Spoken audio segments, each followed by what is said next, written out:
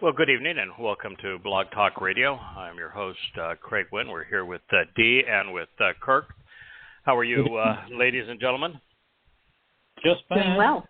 Good. I'm under the impression that this program that we are recording now, Dee, you're going to be able to play for tomorrow night since I have a conflict, and that we'll try to provide what is a new show for our listeners, but without us having to do it this tomorrow evening. I noticed today that Israel and Hamas have agreed to a prolonged ceasefire, something in the range of 40 days for maybe 30 of the remaining civilian hostages, and then more time after that as a ceasefire while they hand out the bodies of IDF soldiers and other men of IDF age. And it's tragic. I understand that Gallant and Gantz were willing to trade at any cost, and that put Benjamin Netanyahu, who I've never been a fan of, certainly was disappointed in many of the things that Netanyahu has done, but at this point, he seems to be the only Israeli with cojones. And this is a time for a man with cojones.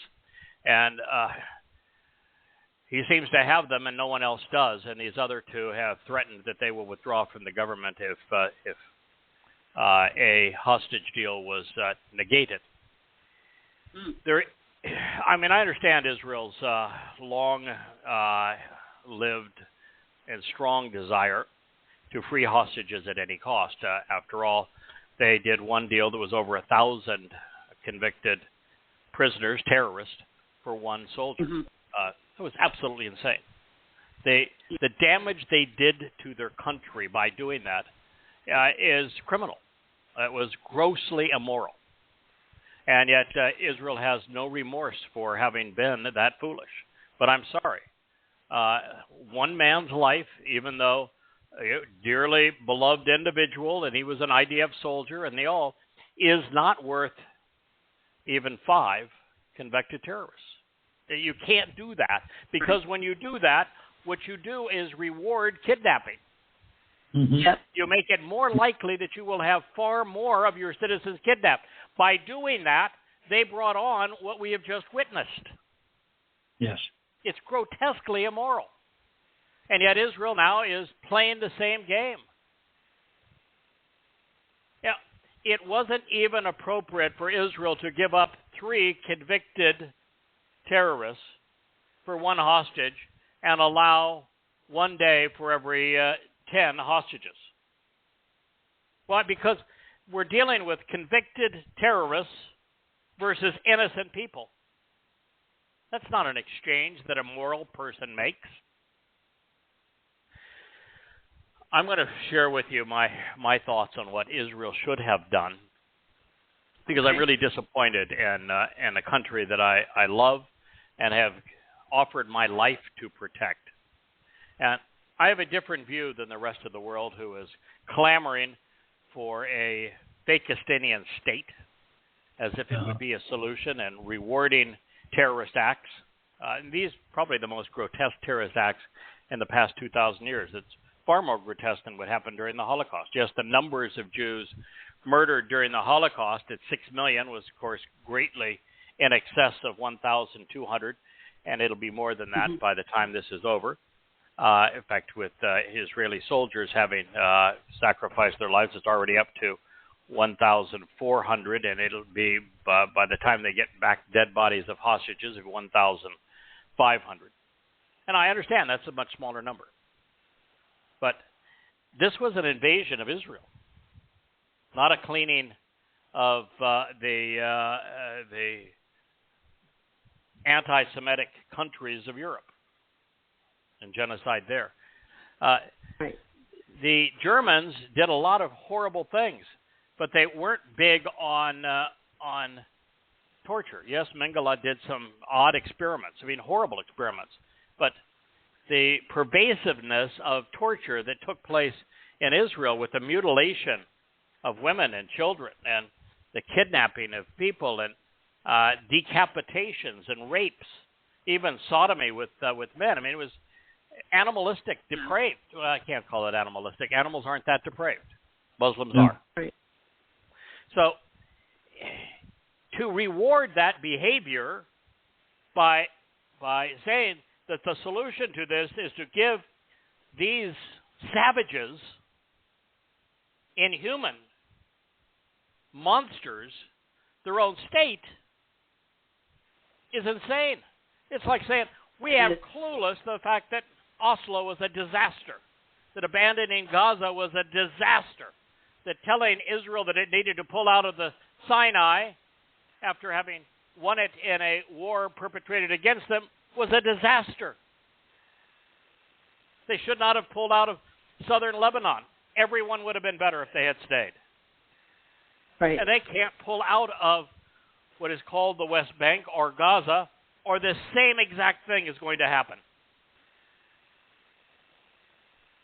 So Israel is justified in precluding the savages that perpetrated 10/7 from having access to food, water, and supplies. And you can say, oh, it's a humanitarian crisis. No, it isn't. There are no humans there. Really, there's just no humans there. Understood. The people that funded and planned 10/7 are there. They're not humans. They celebrated it. Yeah, They sponsored it. They raised the monsters. They encouraged the monsters. They rewarded the monsters. And you say, well, it's not fair to a 4-year-old boy. Bull. What does a baby viper turn out to be when it's no longer a baby?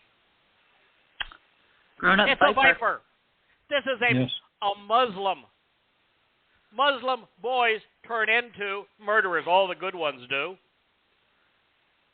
It is incumbent upon a Muslim man, boy, to fight in all his cause, to terrorize Jews. That's what the Quran says. If you're ignorant of it, I'm sorry for you. But that's the message of the Quran. You can't be a good Muslim unless you kill for Allah. And so there are no one in that place that is innocent. And feeding and equipping a kind of enemy that would perpetrate the kind of savagery that Israel experienced for nothing. They did nothing wrong in this case except stand down, except not be responsible. They weren't occupying Gaza. There were no Jews in Gaza. Hell, if you want the occupiers of Gaza, it was the United Nations. UNRWA. Yeah, that's true. Terrorists. Yep. Not only did 200 of them participate one way or another in these savage acts, almost all of them celebrated them. Yep. So this isn't a place to salvage. The smartest thing that the world could have done is to push them all into the Sinai and say, hey, Islam, you love them so much, you take care of them. They're yours. Get them out of here. They have shown that they're not equipped to live in a civil way next to civil people. And if Europe, you want them so bad, you take them. Oh, you tried that with Syria and Iran and Libya. It didn't turn out so good, did it? No. No, it didn't. So just as Israel raises the homes of the families who encourage and raise terrorists, the same thing is appropriate in Gaza. And how are you going to avoid it? The people who perpetrated this hide under the skirts of their women. They're a bunch of wussies, a bunch of cowards. They don't know how to fight. They don't know how to rape. They know how to commit sodomy. They know how to be as savage and as sadistic as their wannabe God. But they made the citizens of Gaza vulnerable because they camped out under hospitals and schools and under United Nations facilities. They built all of their godforsaken mole holes. They're living like rats throughout Gaza so that when they're destroyed, they take all the buildings above them down with them. That's their fault, not Israel's fault. Right. So it should be raised. Stop it. You know, Europe, America, Qatar, you funded all of this. This is where your money went. You should be ashamed. Rather than telling Israel to give them a state, you ought to say, we screwed up. What we did was immoral. We were wrong. We apologize. You're right to take them out. And we'll either rid the world of them, good riddance, or we'll take them. It's our responsibility. But until every captive is returned, it makes no sense for it to play nice in Gaza. They didn't start this. They're just trying to hold those who perpetrated it not only accountable, but to keep it from happening again. And you're not going to keep it from happening again if you trade hostages for long ceasefires, Israel. That's counterproductive. I mean, I'm sorry, but Gallant and Gantz, who's their favorite two politicians these days, are not very bright. And they don't have much in the way of character. And I can't speak for Netanyahu because I think it's despicable for him to have formulated a religious government and bribed them with all manner of indulgences. And I think that stinks. Yes. And I'm embarrassed for him that his son is off living in Florida where the country is sacrificing to save its future, its very existence. Yeah. But at least he's one man who isn't afraid to tell the truth, who's not afraid of the United States. And it wasn't all that long ago. In fact, it was the evening after 10/7, that very evening, that I said, I understand that Joe Biden, at this point, has had the best rhetoric in support of Israel, far better than any Israeli. But I'm here to tell you it's a Trojan horse. It's going to cost Israel everything, because that's who he is. And what is America announcing now? That this war gave them the opportunity to reposition the two-state solution. And that's what they're going forward with. That their intent is not to go the way it was in the past, to try to negotiate this opportunity, and then to give the Fakistinians a state should they meet certain conditions. This time, no. That's not what the world is planning. This time the world is planning on imposing on Israel, without Israel's consent, a Fakistinian state. I say Fakistinian because there is no such thing as a Palestinian, and it's one of the gravest mistakes Israel's ever made to use that term. Mm-hmm. And so now that what they're going to do is impose it and then tell Israel, deal with it. Rewarding terrorists. I mean, this is far worse than what happened that caused World War II with Neville Chamberlain saying we achieved peace in our time by giving Adolf Hitler and the Nazis the high ground of Czechoslovakia, which wasn't his to give, by the way. Right. He was a British prime minister. He gave Hitler the high ground of Czechoslovakia. And even then, that made more sense because Hitler hadn't done anything yet. He hadn't gone up and killed anybody yet. He just had horrible rhetoric. Rhetoric very similar to the Quran, mind you. Not as bad. The Quran's far worse. But in this case, the Muslims have done it. They did it in 1948, trying to wipe out Israel. They did it again in 1967. They did it again in 1973. They did it again in two, not one, intifadas, trying to wipe Israel out. And then they did it again with the Lebanese war, with the Hezbollah war. And every time, of course, they lost, but at great cost to Israel. And the world's not coming to Israel's aid, but they're spending billions on Israel's enemy. Yeah. So to reward people who have constantly terrorized Israel, whose playbook, whose Quran condemns Israel and tells Muslims to kill them, to wipe them out to the last, to eliminate every one of them, and to deal with a religion where Muhammad himself perpetrated genocide on the Jews. He killed every Jew within camel ride of wherever he was. Killed them all. Genocide. Stole their homes, raped their wives, enslaved their children. You're dealing with a religion that not only did that, but the Quran celebrates it. And you want to give these people a state where you're out of your ever-loving mind? I mean, there's something about progressives in the West and in the United States that they have lost the capacity to be moral, to think rationally. So true. We're going to do this and ensure Israel's security. Bull. It's impossible. You do this, Israel is gone. Only God could save it. You make Israel 5 miles wide at its midsection, which, by the way, prophecy said that these Nimrods are going to do, condemning the United States in particular for its role in this plot.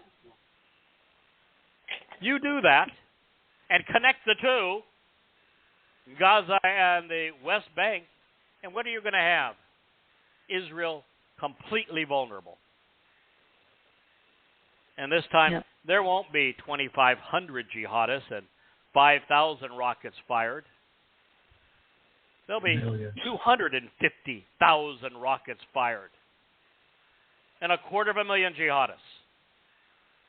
Israel can't survive that. Israel could survive if Saudi Arabia or Iran decided to go to war with it. Its IDF and its Air Force are geared for that kind of war. But they do not have the means and the wherewithal to deal with thousands upon thousands of jihadists. It'd be exactly the same event, except 100 times worse. And that is the future that progressives, the United States and the Biden administration, Kamala Harris, are perpetrating on behalf of Israel. Right. You know what the consequence is for a nation that does that to Israel? It is doomed. Yep. The moment the United States does this, the United States is saying, we could either just declare a Palestinian state, or we could say to the United Nations, we won't veto it and let them impose it. You know what the future is for America should they do that? Because there happens to be a God. His name is Yahowah. And he takes really unkindly to that sort of thing, which is why Isaiah, Yashayah 17 and 18 were written. Specifically to condemn America because Yahowah, 2,700 years ago, predicted we would do this. I hate to use that term, but I was born in America. I've subsequently left. But this is what the world is about to bring upon God's chosen people and the promised land. And so everything Israel has done will be for naught.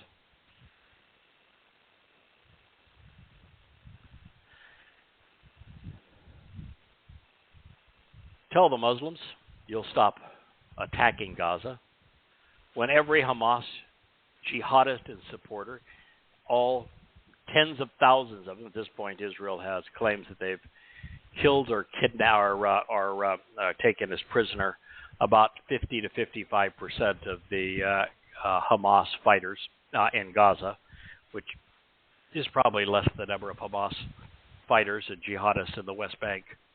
But tell them, same thing. You'll stop attacking Gaza the moment they move out of the populated areas into the open terrain in the far north of Gaza Strip and fight like men. And then You can square off man against man and let the best man win. Allah says, oh, victory to the Muslim. Well, see if Allah's right. We'll make it a test of the Islamic God. And, when they lose again, it's a win-win deal. They get an express ticket to Allah's brothel. Yeah. Yeah. Yeah. At the same time, Israel has got to fight the public perception war that it is losing badly.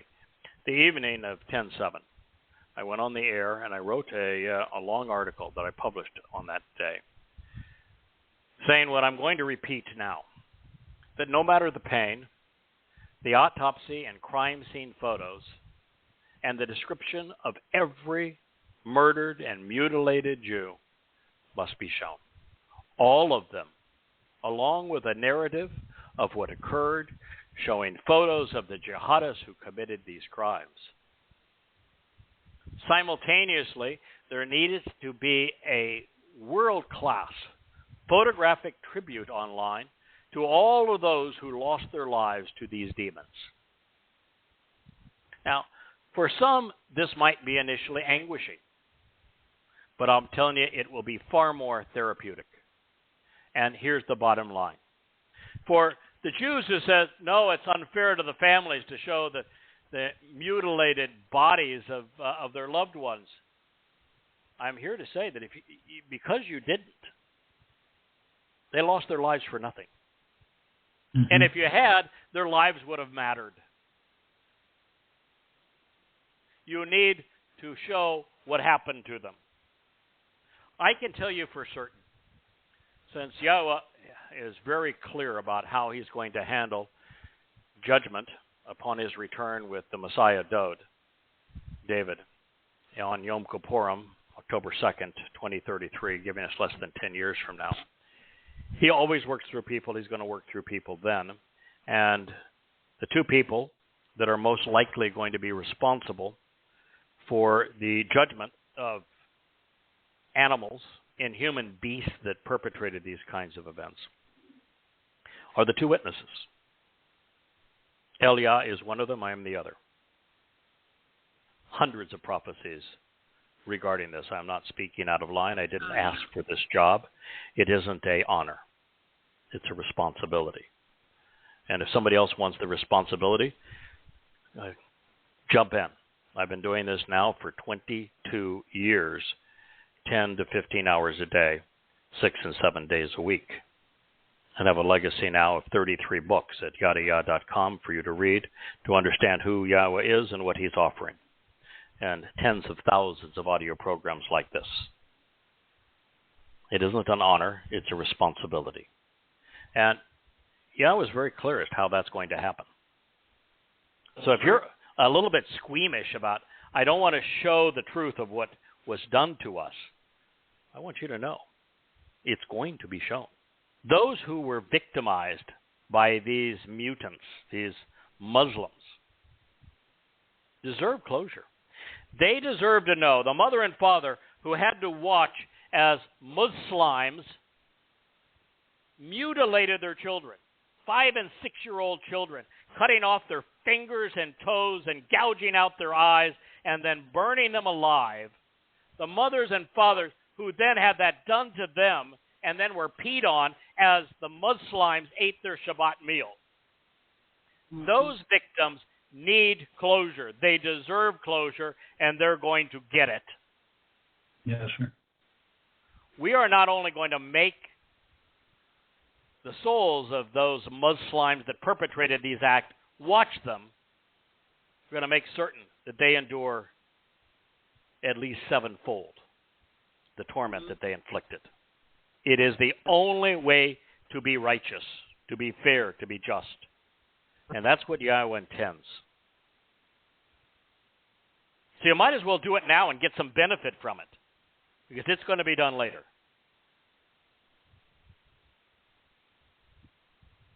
The jihadists who perpetrated and committed these crimes have to be held accountable, as well as the religion which inspired them. It is the only way. for their stolen lives to matter and contribute to a better future for God's people. Now, I have, and I will continue to devote and risk my life in support of Yehudim and Israel. And I don't say that callously or flippantly. I've had 10,000 death threats. And I'm about to unleash many more with the rewrite of Prophet of Doom, now as 4 volumes of Goddamn Religion. The first 2 volumes now are available at Amazon, royalty-free. They're 800 pages apiece. They're just half of this mission. They're free at YadaYah.com. You go to Yada, means to know, Yah, the familial form of Yahweh's name, .com, YadaYah.com. You can read both volumes for free. They're at the far right of the bookshelf. They're the ones with the snake at the bottom. The first one is snake. The second one is satanic. There has never been anything, even remotely close to this debilitating to Muhammad, Allah, the Quran, and Islam, ever. I mean, Right. Not even remotely close to the full-scale demolition of Islam that is already available in those 2 books. And for doing these shows on them, and for having written them, I will receive many, many thousands more death threats. Fortunately for me, Yahweh doesn't have a whole lot of other candidates willing to do such things. And so if you read the 91st Psalm, he has agreed to protect me and my family for having done so. So I have nothing to fear. But you need to know, Israel. So I have, and I will continue to do what I'm doing. Now it's time for you to step up. Now, sadly, there isn't the leadership in Israel to do what needs to be done for the nation to survive. And I say this because no one is willing to denounce the outright deception of this notion of a state of Palestine and the myth that there is a Palestinian people. Every time it's said, Israel's leadership, its media needs to sound out and say, no, there is no such thing. Until you can tell the truth about who these people are and where they're living, we can't have a discussion. They're living in Judea and Samaria. They're the ones occupying our land. The last of the Philistines were killed first by the Assyrians, and then the Babylonians, and then the Egyptians, and then the Greeks. But the last of them gone 2,300 years ago. And even then, they left no legacy. There's no architectural buildings that have been unearthed that have any merit.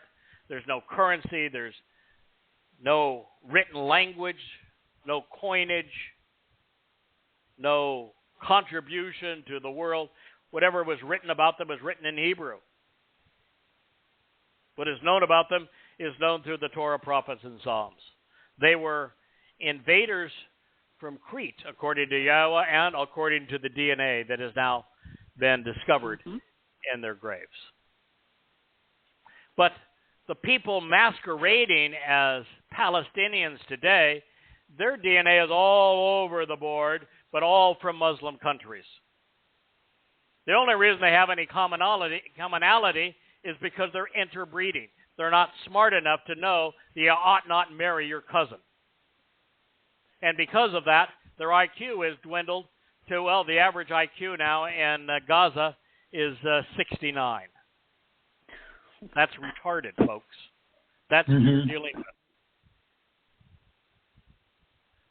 And so Israel has to, as a nation, every politician, every media outlet, every leader, every spokesperson must state emphatically, there is no such thing as a Palestinian. There can be no Palestinian state. If these people want to show that they have some merit and that they have a cause and they have a place then let them state who they are. Because the only thing that unites them is the death cult called Islam. But the very fact that Israel has parroted, has echoed the lie of the Palestinian and a Palestinian people, a Palestinian state is going to be imposed on them. It's your fault, Israel. Yes, I understand the lie was conjured up by Hadrian long ago. And the British, being ever so anti-Semitic, were the ones who continued to fan the flames of idiocy. And I understand that it was Yasser Arafat, the ugly homosexual one. I don't have anything against homosexuals except in his case. And at Egyptian leadership with Soviet money that funded the PLO. The Palestinian Liberation Organization became a terrorist group that began to capitalize and publicize this myth. But it's a myth. And Israel, if you can't expose it as a myth, then a fake Palestinian state is going to be imposed on you, and it will be the end of you. Your very existence, in this case, necessitates telling the truth. That is your reality. The two-state solution is the final solution. And it ought to be illegal for anyone to promote the lie that Hadrian imposed on Judea. Fail in this regard, and the myth will prevail, and Israel will be lost. Next. Muhammad's absurd lie regarding the fabled flight on the donk mule to the non-existent temple to meet with long-deceased Jews so that he could be an imam to conduct prostration prayers in the non-existent temple en route to the Islamic heaven by way of its hell must be explained and repudiated. It is the most corrupt, the most idiotic, the most absurd, most embarrassing in Islam because of what it is sandwiched between and the reason that this lie was perpetrated. And the reason that this is important is that those two scars on top of the Temple Mount, Yahweh's Temple Mount, the Temple Mount that Dode purchased and cleared and bought the materials to build the covenant home, that Solomon built, that Temple Mount, the most important place to the Jewish people and to Yahweh their God, that is scarred with trophies to stupidity and to cruelty and to subjugation. And you need to know, and I don't think there's one Jew or one Israeli among 1,000 that knows this story. But it's exceedingly available for you to study. And if you don't know it, go online, yadayah.com, read the 2 volumes that are posted there of Goddamn Religion. Or if you want the paperback or the hardback book, go to Amazon.com and Google Goddamn Religion, or my name, Craig, or even go to the website, yadayah.com, and there's a link to the books there, and you can buy them royalty-free. Read them so that you understand how exposing and condemning the Dome of the Rock and Al-Aqsa Mosque is so devastating to Islam and so fortuitous to God's people. It is sandwiched between the events of the idol indulgence, where Muhammad, after years of suffering the never-ending argument where everyone who knew him said, "You're a lying, demon-possessed fraud. This Quran is BS." And after 400 iterations of this never-ending argument, this war of words, which the Quran chronicles all of it, with everyone who knew Muhammad saying, "You're a piece of crap, pal. None of this is true.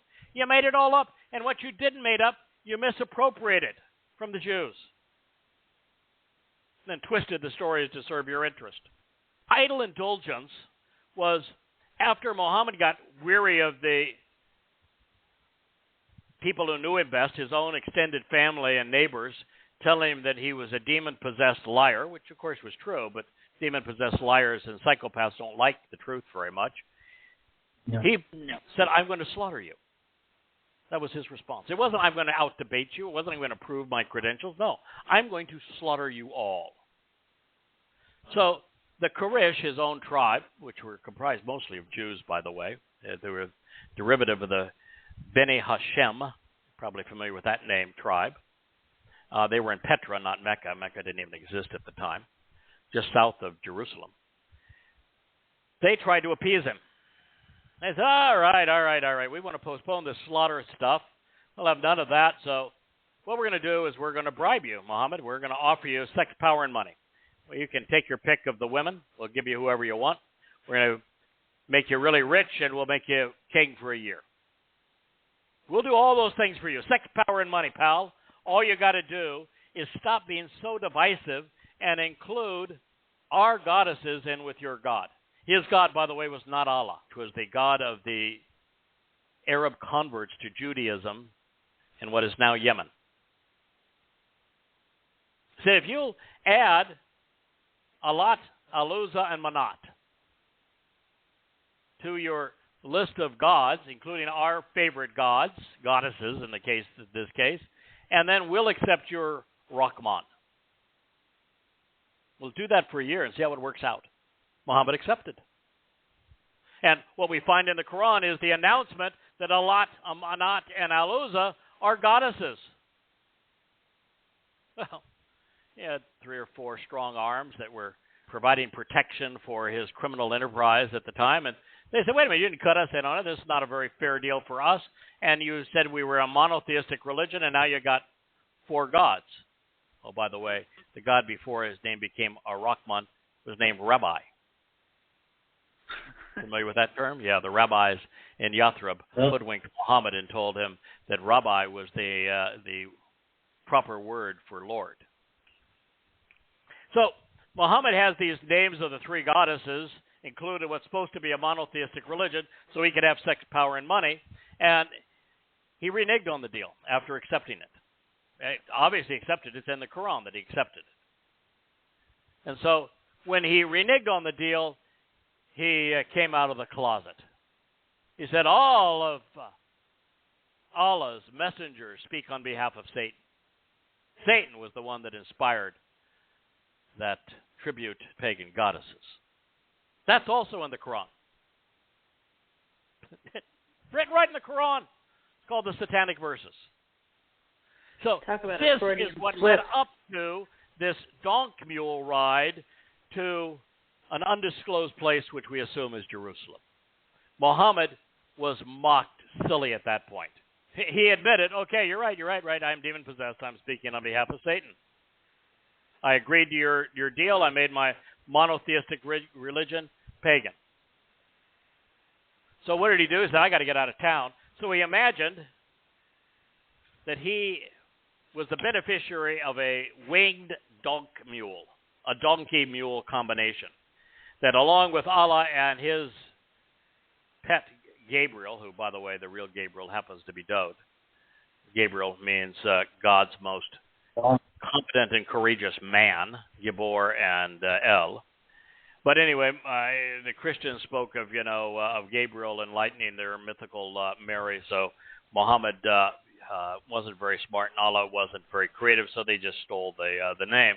But anyway, the claim is that Gabriel and Allah accompanied the donk mule on the flight from Petra to an undisclosed place. They weren't good with place names, but they claim it was Jerusalem. But they went to the furthest mosque, even though there was no mosque there. There wasn't even a temple there. And that while they was there, the first thing that they do is they have this prostration prayer with a whole bunch of deceased Jews of yesteryear.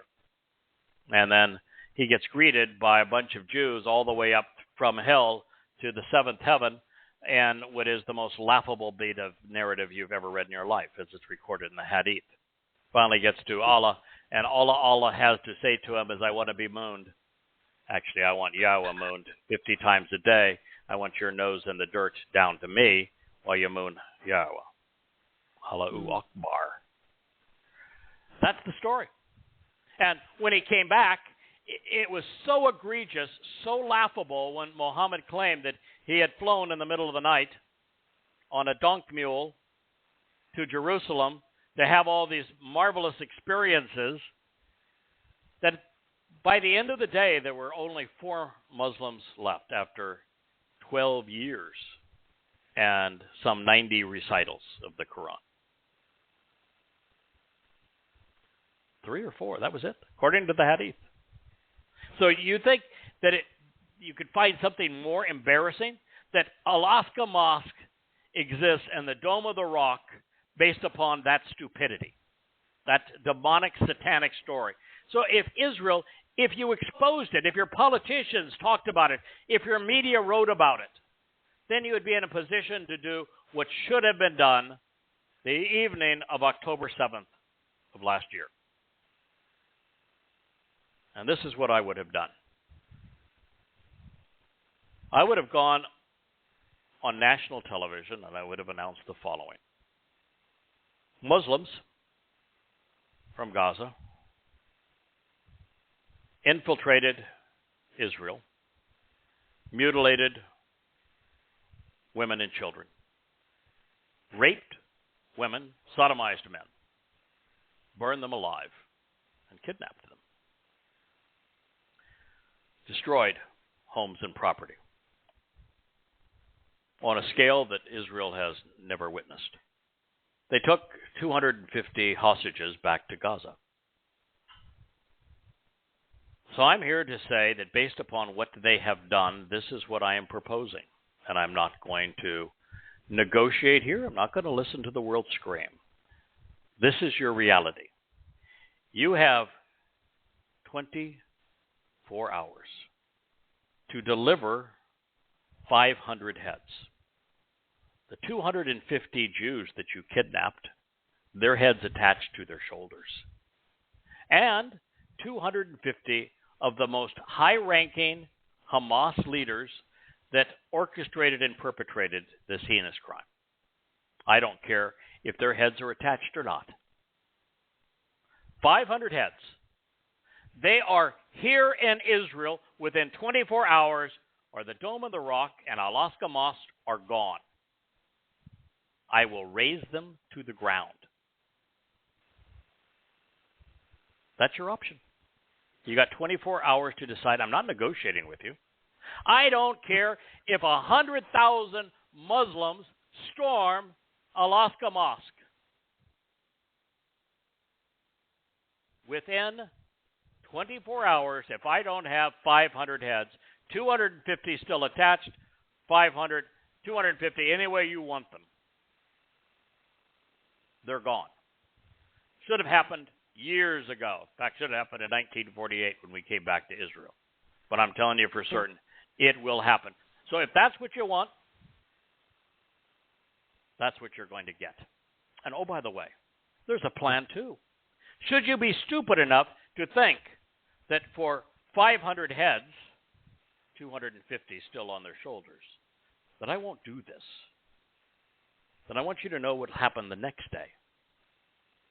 Because the next day, I'm going to go through the Muslim-occupied areas of Judea and Samaria and the Muslim-occupied areas of Gaza that perpetrated this crime with tanks and bulldozers and with all manner of aircraft. And block by block, I'm going to destroy it all. And I'm going to push whoever wants to live into the Sinai and into Jordan and into Syria. From the river to the sea, baby, Israel will be free. I love it. I like the way you think. That's what I would have done. Yeah. And I wouldn't have cared who said anything else, because that is the only moral, sane, appropriate response to this mess. And you wouldn't have sacrificed the other IDF members, every face I have looked at, every story I have read that went into Gaza to try to secure a future that Israel's leadership has now botched. Mm-hmm. That would have worked. It would still work. Although I'm sure that the lives of even the hostages who remain, who haven't been killed, are traumatized forever. It waited too late, but it can still be done.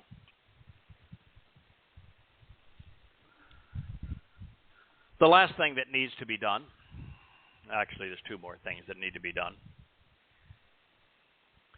The next is that goddamn religion should be read by every Israeli. Consider it my gift to God's people. One inspired by the God of Abraham, Yitzhak, and Jacob. Know the truth, tell the truth, start responding rationally to the threat of the most lethal and anti-Semitic pandemic to ever infect humankind. You think Nazism was bad? There were what, 80 million of them? Mm-hmm. Or less?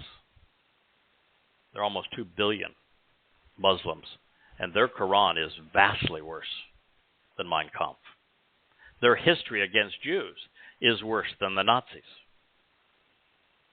You say, oh, that's not realistic. We can't declare war on 2 billion people. Well, they declared war on you 1,400 years ago. So until Israel recognizes their enemy isn't the Fakistinians, it's not Hamas, it's not Hezbollah, it's not Iran, it's not Saudi Arabia, it's not Al-Qaeda, it's not ISIS. It's the one thing all of those things have in common.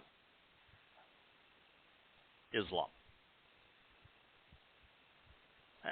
If you don't like it because you're a progressive and you prefer platitudes to evidence, then either wise up or shut up. Because it's the truth. And now the truth isn't a fringe thing that, might be convenient. No, the truth is your survival. Every one of these things you have to do, Israel, to survive. And Jews who live outside of Israel, which is close to half the Jewish population worldwide, it's open hunting season on you because you have all responded inappropriately.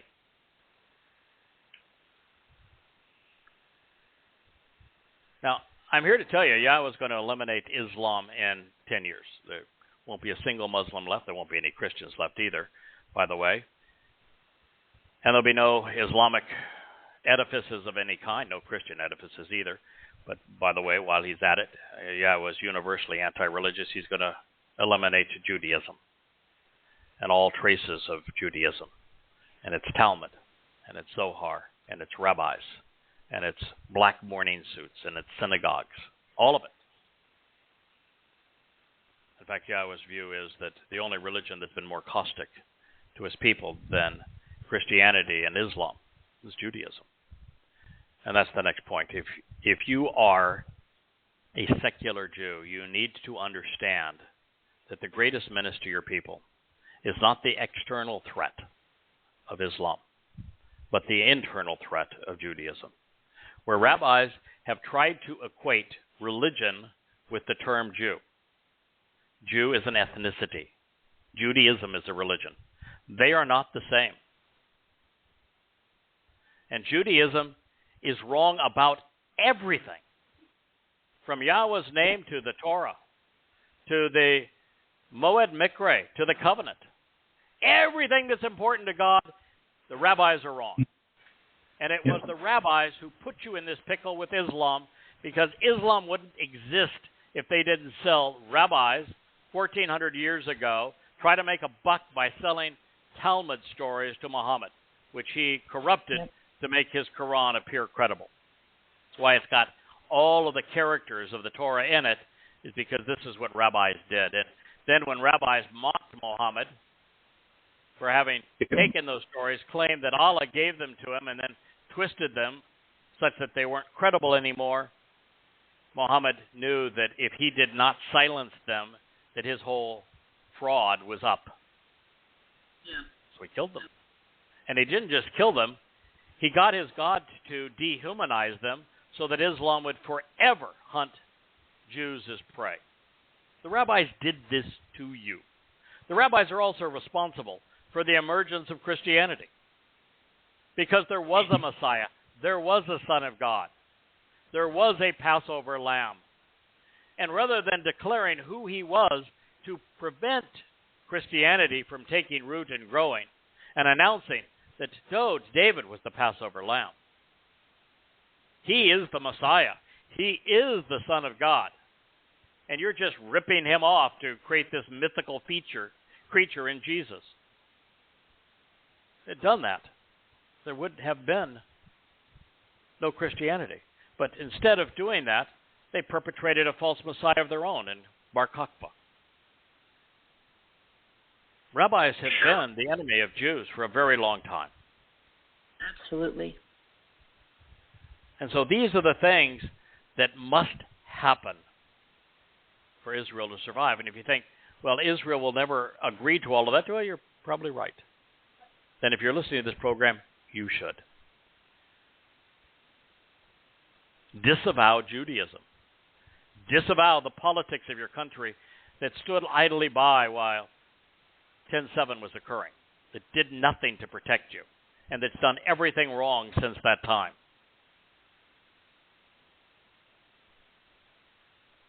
And once you have walked away from the influence of politics and patriotism and Judaism, come to appreciate who Yahweh is. Recognize him by name. Come to understand the 5 conditions of the covenant. Accept them. Attend the 7 Moed Mikra as Yahweh prescribed them, and receive the benefits of them. Read the books at YadaYah.com. 33 of them on the shelf. They're yours for free. I wrote them for you. Well, I had a lot of help. Yahweh went out of his way to inspire the results. And if you should question that, then I encourage you to read the Why You, Why Me chapter. I think it's the 3rd chapter of Volume 1 of An Introduction to God. So that's the message I have for Israel and for Jews. It is the truth. As I say, the truth is no longer a luxury for Jews. It is a necessity. You have 10 years to get your act together, and most of you won't have nearly that much time, because the world's going to get progressively worse and in a real hurry.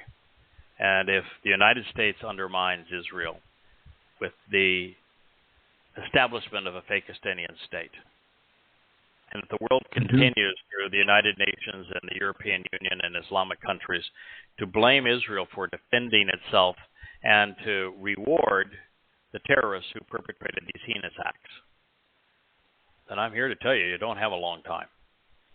The world's going to explode. World leaders are doing almost everything that can be imagined wrong. This time last week, we were discussing conspiracy. And I want to return to it at this point with the recognition that there are conspiracies that are very seldom thought of as conspiracies. You know, the most evil conspiracy and the most threatening to Jews has long been the protocols of the elders of Zion, which we'll talk about here in a moment, which is a complete fraud. And as a result, Jews are blamed for all manner of horrible things they're perpetrating and scheming against Gentiles, when in fact it's just the opposite, that particularly Muslim and Christian Gentiles have been scheming against Jews and killing Jews and by the millions, enslaving them, subjugating them. Gentiles have done everything that they wrongly accuse Jews of doing. For example, Jews even kill or blame Gentiles, Christians in particular, blame the Jews for killing their imaginary God. And said God God was not a God, and he, by fulfilling Passover, it was actually David that did it. Crucifixion was performed by the Romans, which became the Roman Catholic Church. It's just the nature of the religious. They always blame others for what they themselves have done. It's endemic in Islam. But the greatest conspiracies, therefore, are not the ones that we normally think of. It's not reptilian overlords, which has some merit today, considering that Allah's a snake. He's the snake that slithered out of the garden and into the desert.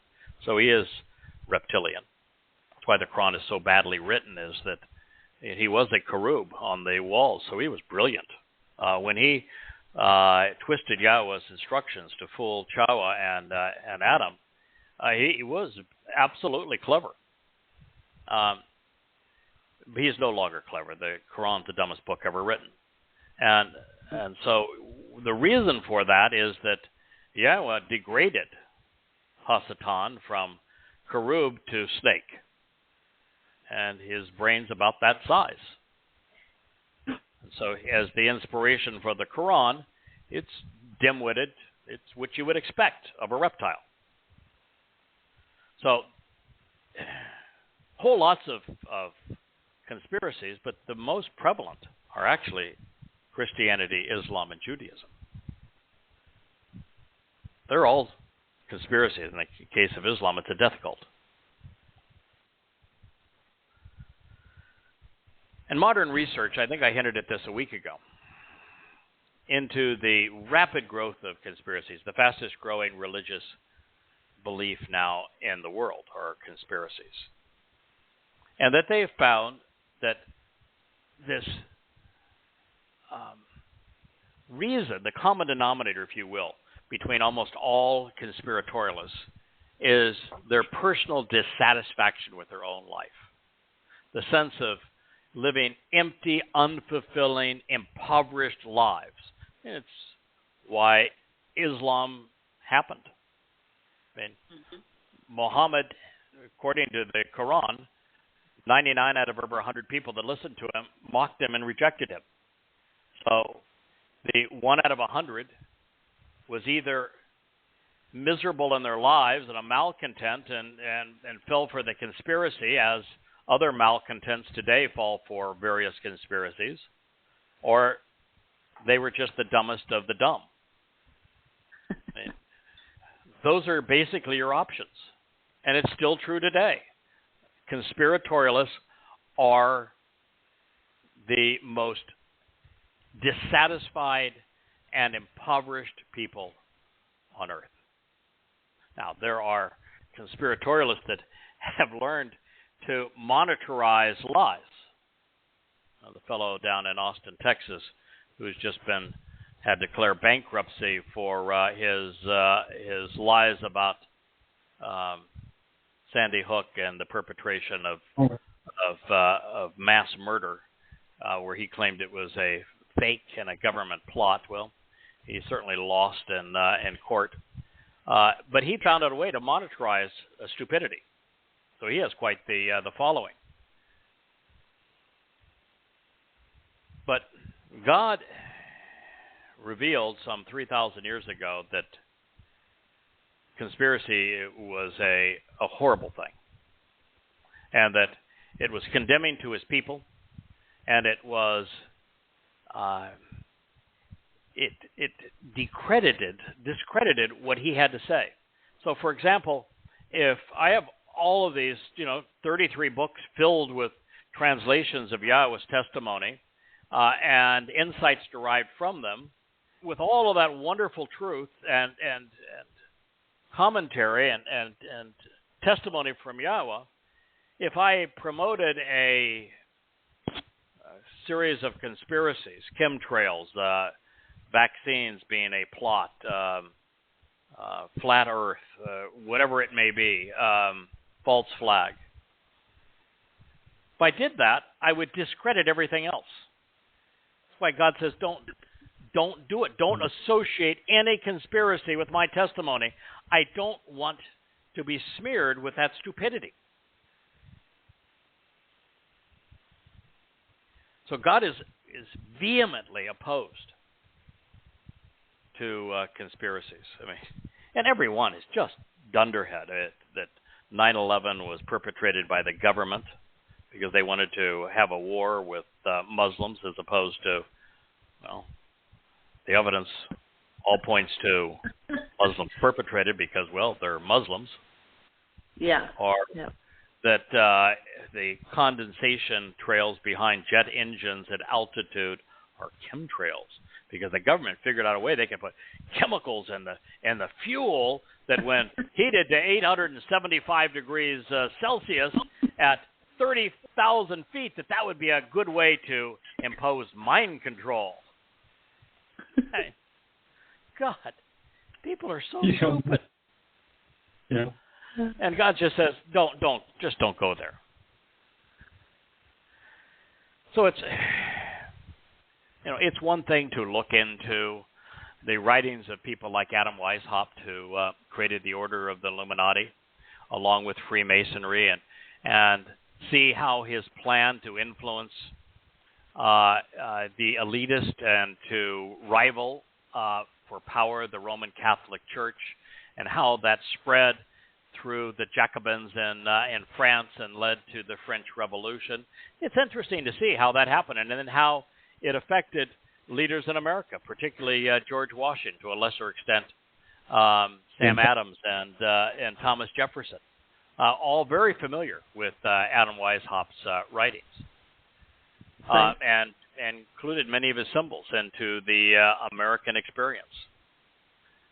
But to claim that a small clandestine group, by whatever name, pulls the levers which control the world and have done so continuously for the past 250 years under the auspices of the Rothschilds or Illuminati or Freemasonry or Round Table or Skull and Bones or Protocols of the Elders of Zion or Trilateral Commission or Council on Foreign Relations or the Bilderbergers or Bohemian Grove or the New World Order. I don't know if I've missed any. I mean, that's just ludicrous. No. It's just stupid. Don't go there. The fact is, the mythology that's responsible for almost all of this is Christianity and the Christian fascination with the arrival of this person they think is the Antichrist. It's not going to be the Antichrist. He's going to love Christ. Christ is a conspiracy. And, little do they know that it's all a bunch of lies. So let's consider the underlying text for this particular fascination. It's called the Protocols of the Elders of Zion, second only to Paul's epistles and the book of Acts. It is the most notorious, widely distributed, universally destructive, anti-Semitic, curatorial text of, since the Quran. Yeah. It was pure babble, plagiarized by Christians in Russia in 1903, out of two very well-known books at the time, neither of which even mentioned Jews. It was initially serialized in the Russian newspaper Zanama, which is the Banner, then published 2 years later in an appendix to The Great in the Small, The Coming of the Antichrist and the Rule of Satan on Earth, by the Christian author Sergei Nelis. Its purpose was to spread Christian mass hatred of Jews by claiming that it provided actual documentation of the minutes taken to memorialize 24 meetings between Jewish rabbis recording their secret plans as a race to rule the world by manipulating the economy, controlling the media, subverting the morals of Gentiles, and fostering religious conflict.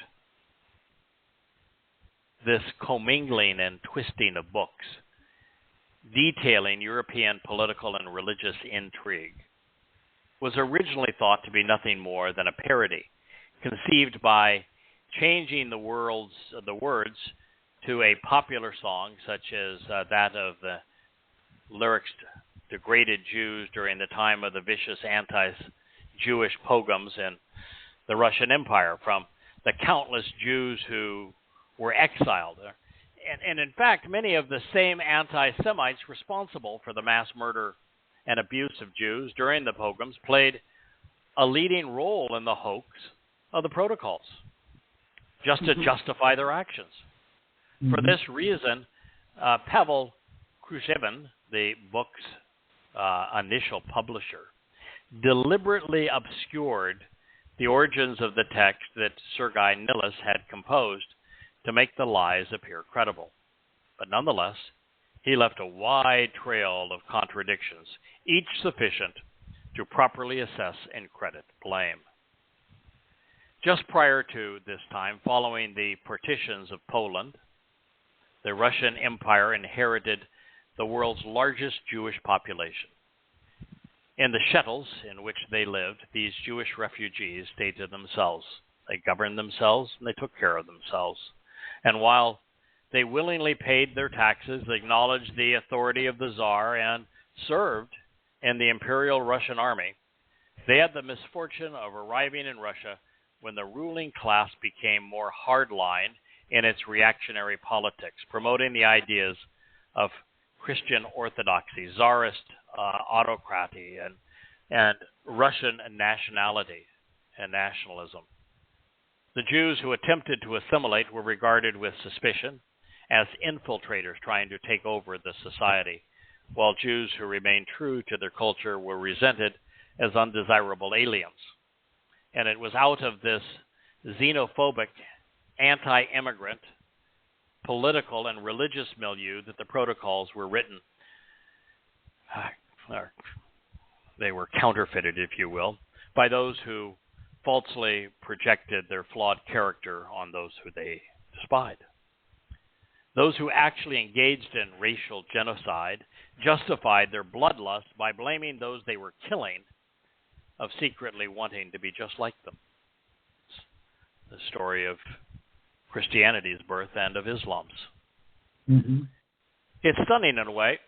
The Jewish people would be gassed and incinerated by the millions in concentration camps throughout Poland and Germany.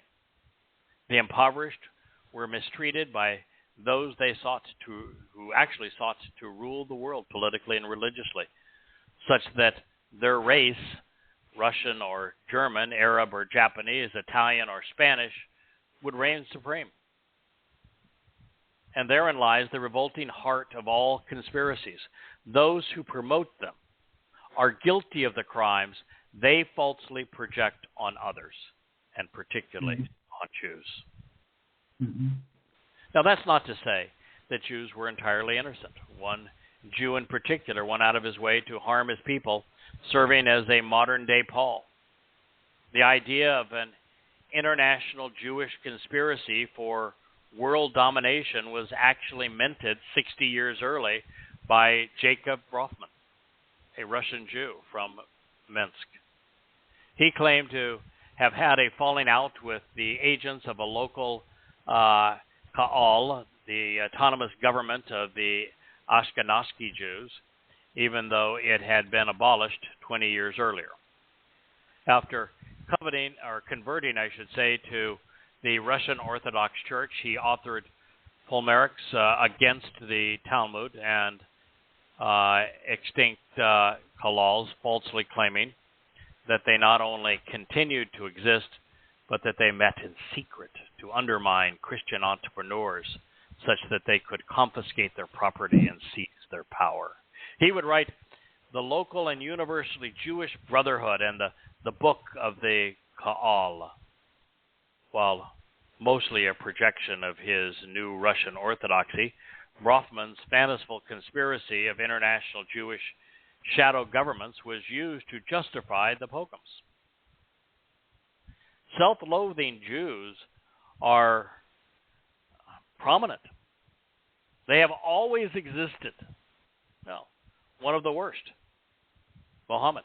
Another one of the worst, Paul.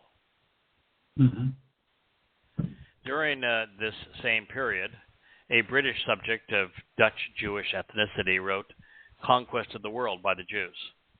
This troubled soul served in the Ottoman army and converted, of course, to Islam. As with both of these men, as was the case with the Russians and Prussians behind the protocols, it was all about scapegoating, about blaming someone other than themselves for our problems. Russians blamed the Jews for losing the Russo-Japanese War and the 1905 revolution, just as Germans blamed Jews for losing the First World War, even though Jews had nothing to do with either defeat.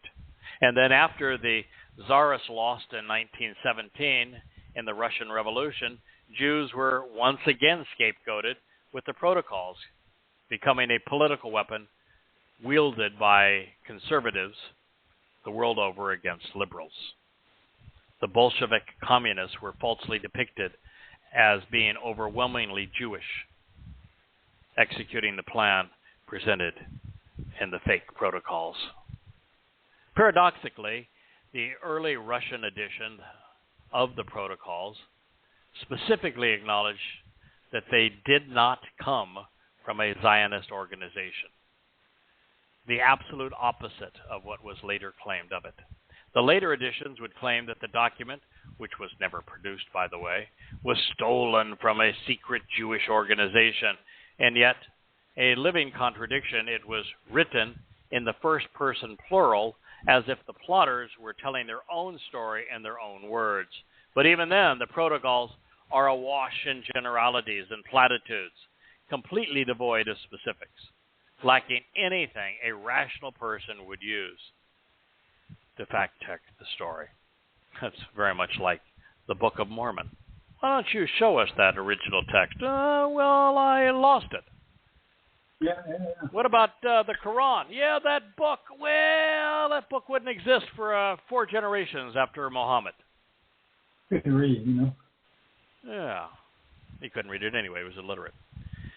Following the Russian Revolution of 1917, this purported Jewish conspiracy to dominate the world was brought to the West by anti-Bolshevik, anti-communist Christians and circulated across Europe, the United States, South America, Japan, and of course in the Islamic Middle East.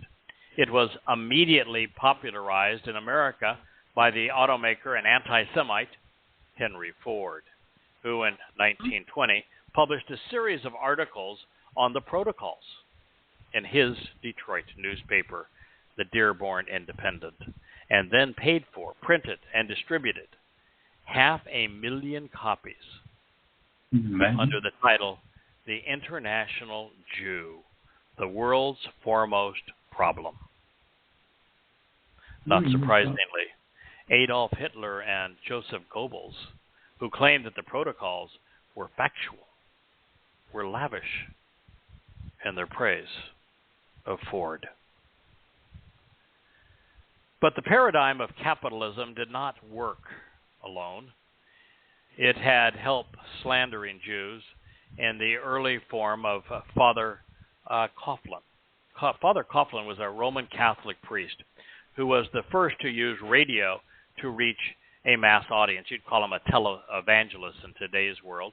He routinely entertained his 30 million listeners with his pro-fascist and anti-Semitic rhetoric and called for the nationalization of all major industries and the end of democracy and capitalism.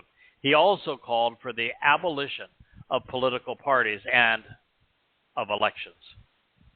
He went from being one of FDR's most outspoken advocates, telling a congressional hearing, God is directing President Roosevelt, to being one of his biggest critics all over monetary policy, advocating the nationalization of the Federal Reserve, the Roman Catholics' political advocacy organization, Social Justice, published weekly installments of the Protocols of the Elders of Zion. A year later, Henry Ford's publication in America in 1921, the London Times, presented conclusive proof that the Protocols was nothing more than a clumsy plagiarism. 1921, London Times. Mhm. Conclusive evidence that it was nothing but plagiarism. Alan Dulles, who was in Constantinople developing relationships with the post-Ottoman Turks, actually reported the source from which it was plagiarized to the Times, and would later, without success, lobby the U.S. State Department to publicly denounce the forgery. They confirmed that it had been copied indirectly from a French political satire that never even mentioned Jews, Dialogue in Hell between Machiavelli and Maustrenu, written by Maurice Joly, a French attorney in 1868. That in itself is interesting because Machiavelli wrote The Prince to increase the political and religious authority of the Roman Catholic Church and to concentrate absolute power under a single individual, the Pope. He encouraged popes to be ruthless tyrants, totally merciless, because the fear of terrorist tactics would cause people to submit to their authority, and according to Machiavelli, the end justifies the means used to achieve it. This, by the way, is the essence of the Quran. Yeah. The sole intent of the Prince was to establish Roman Catholic domination over the earth, not just Jewish influence. Further, Moscownew's position was just the opposite. He was a French philosopher who popularized the idea of separating governmental authority so that it was not concentrated under a single individual. The United States Constitution was originally influenced by this philosophy, as it gave rise to shared powers of the executive, legislative, and judicial branches of government. Therefore, the fictional, religious, and political satire from which the Protocols of the Elders of Zion was plagiarized was actually written in protest of the regime of Louis Napoleon Bonaparte, who ruled France from 1948 through 1870. The ghost of Montesquieu made the case for freedom, while the ghost of Machiavelli opined for despotism.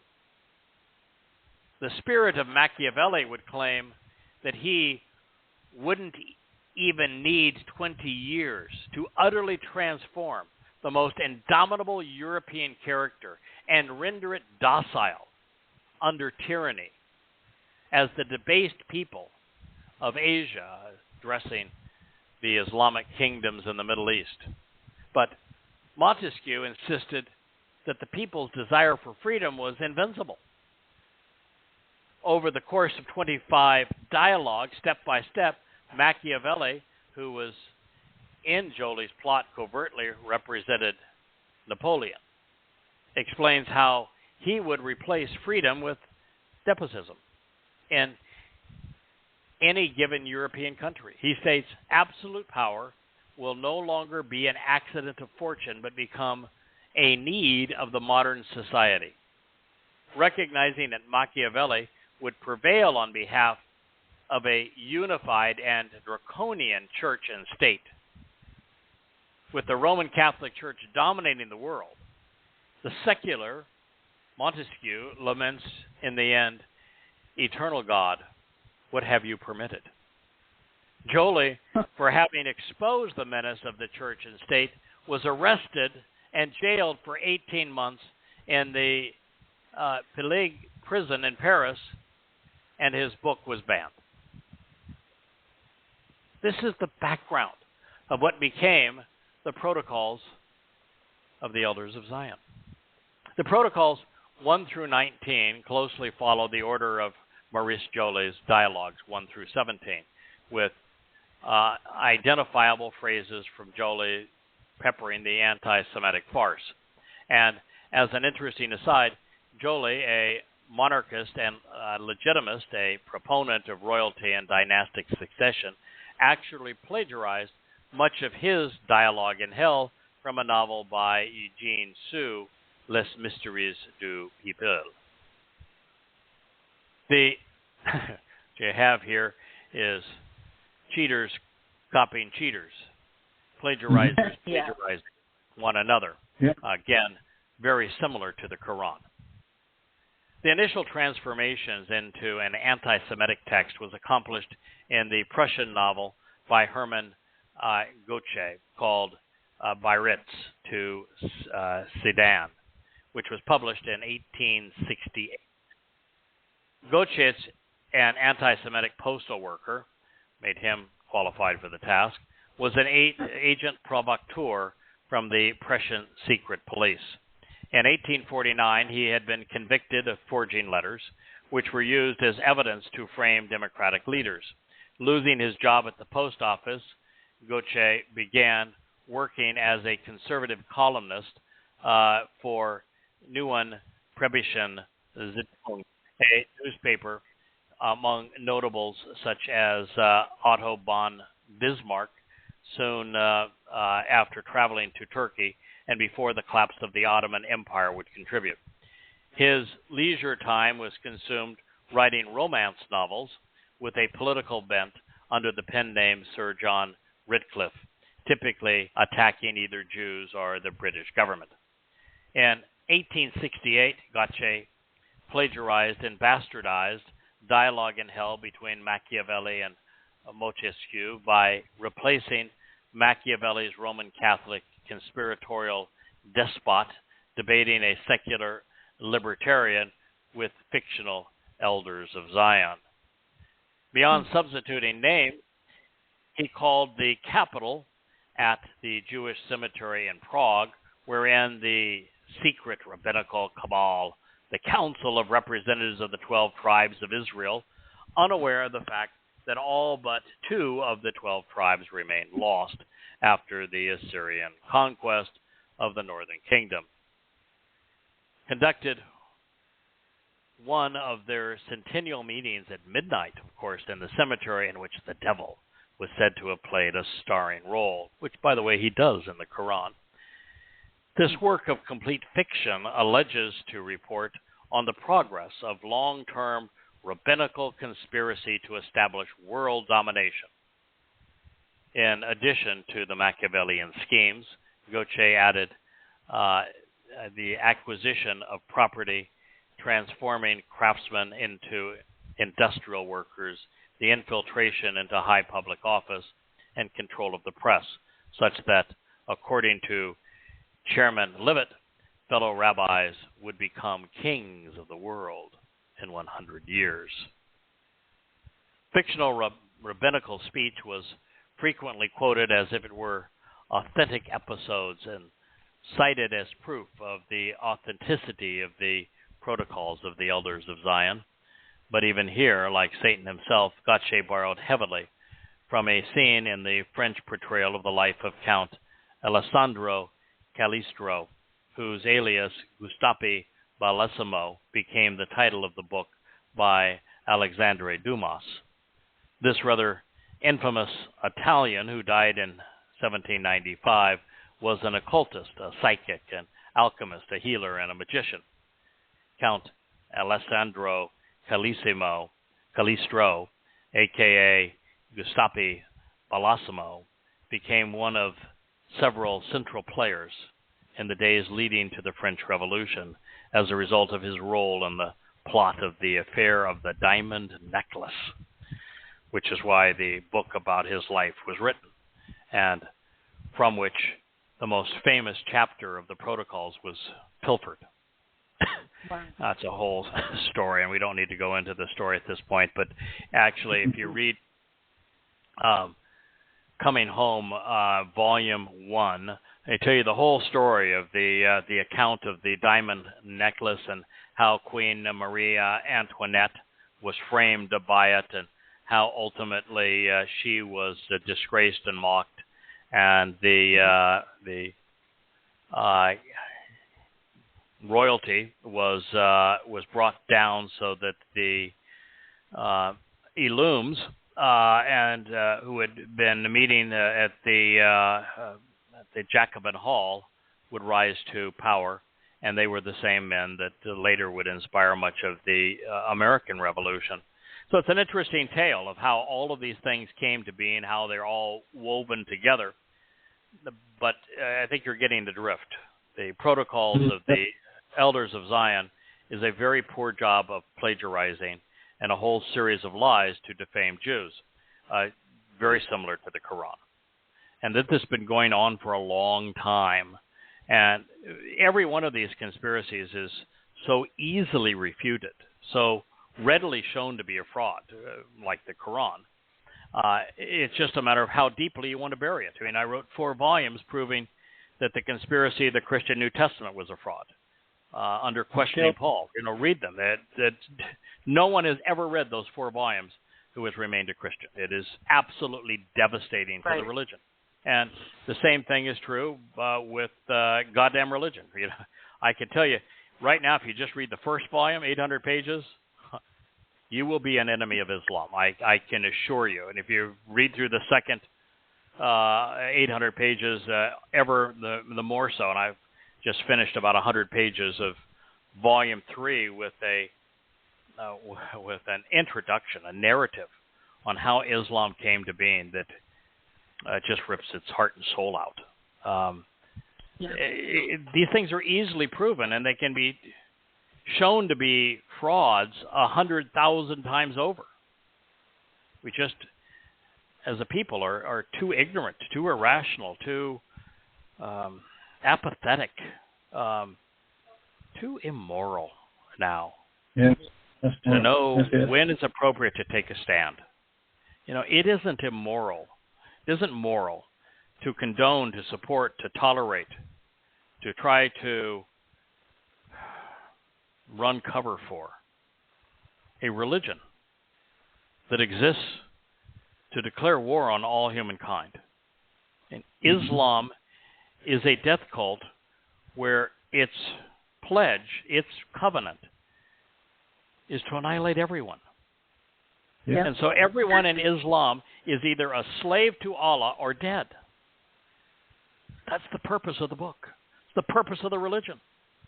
So supporting it, being tolerant of it, accepting it, as progressives are doing worldwide, it isn't moral. It isn't enlightened. It's grossly immoral. It's insane. What you're doing is you're causing innocent people to become victims of this criminal enterprise by such stupidity. Truth is a powerful weapon, and where I've told Israel this evening and Jews that they need to understand the truth about the Dome of the Rock and Al-Aqsa Mosque, about the Fakistinians and a place called Fakistan, about the fact that their real enemy is Islam, not Hamas or Hezbollah or Fatah. But the single most important thing that Jews need to learn the truth about is Yahowah. His Torah, not the Talmud. His 7 Moed Mikra, not Jewish high holy days. God's anti-religious. He doesn't want you to pray to him. He doesn't want you to worship him. He doesn't want you yibber-yabbering to him. Doesn't want you to bow down to him. He wants you to listen to him. He has a lot to say. And it's all enlightening and emancipating and enriching, empowering. He's wonderfully approachable and likable and funny and witty and supportive, kind. I've been working with him now for, soon be 23 years, every day. Most wonderful experience of my life.